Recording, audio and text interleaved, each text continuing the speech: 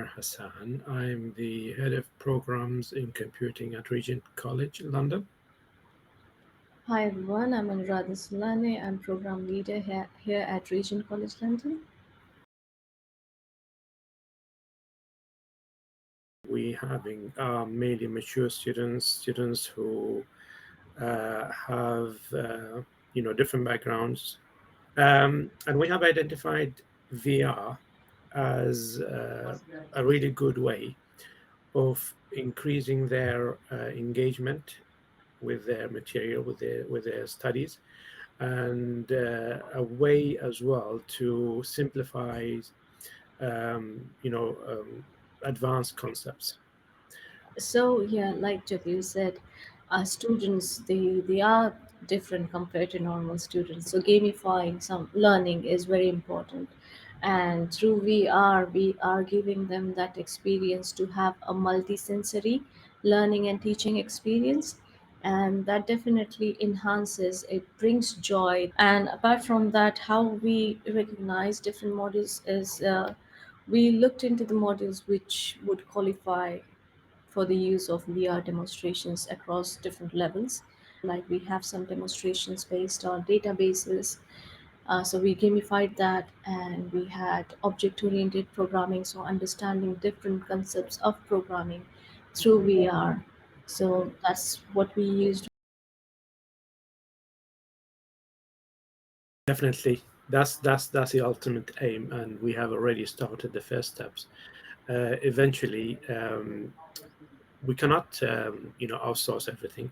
Sometimes there are elements that we really need to be for us only, in terms of how they meet our requirements and our goals.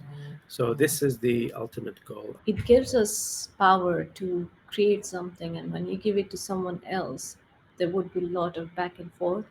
So when we learn something and we are able to create that for our students, it gives us more, creativity.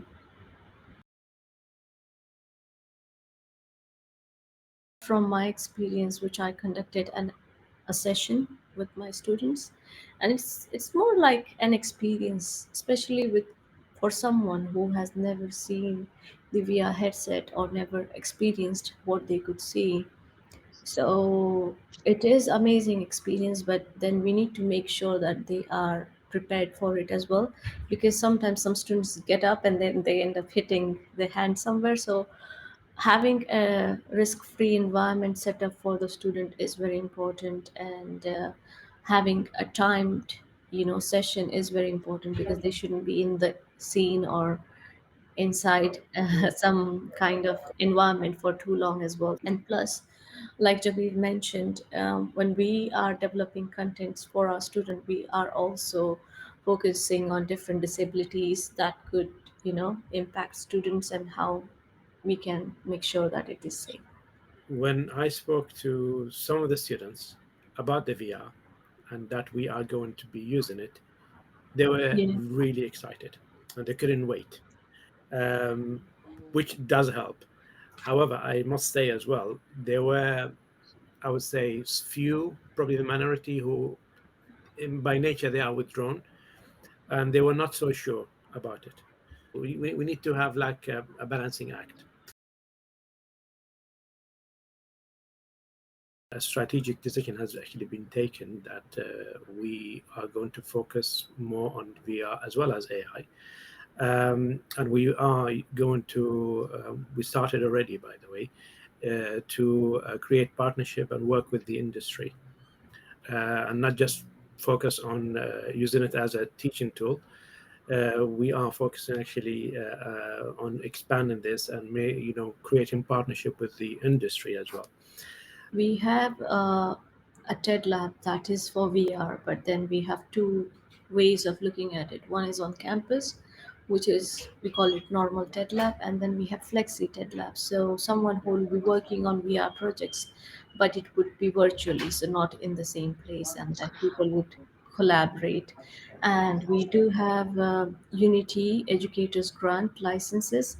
So we will be building some stuff, some demonstrations in Unity and through Zoe app as well. And we have a vision to, like Jabir mentioned, we do have collaborations with our EAB members, and we will be having some projects together with the students and members based on VR. And there we will be contacting certain businesses such as construction to build demonstration, or we also have Microsoft, and they want to work with us as well in one of the projects, and we'll see what they want to do with us. There's one thing actually I could think of.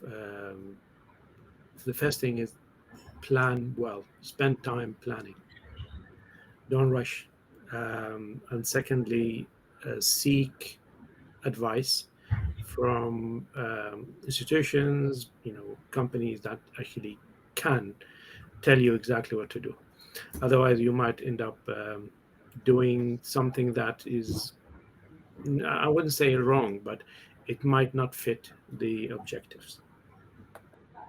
Yeah, just like Jabir mentioned, we have been there at that point when everything was at the beginning. So, doing background research about everything, what is available in the market, how they can, what is the scope for it is important. To create a plan based on what is suitable for that institute is important, and then how much budget they have, how much they can achieve, and is it going to be sustainable or not. That's very Mhm. important.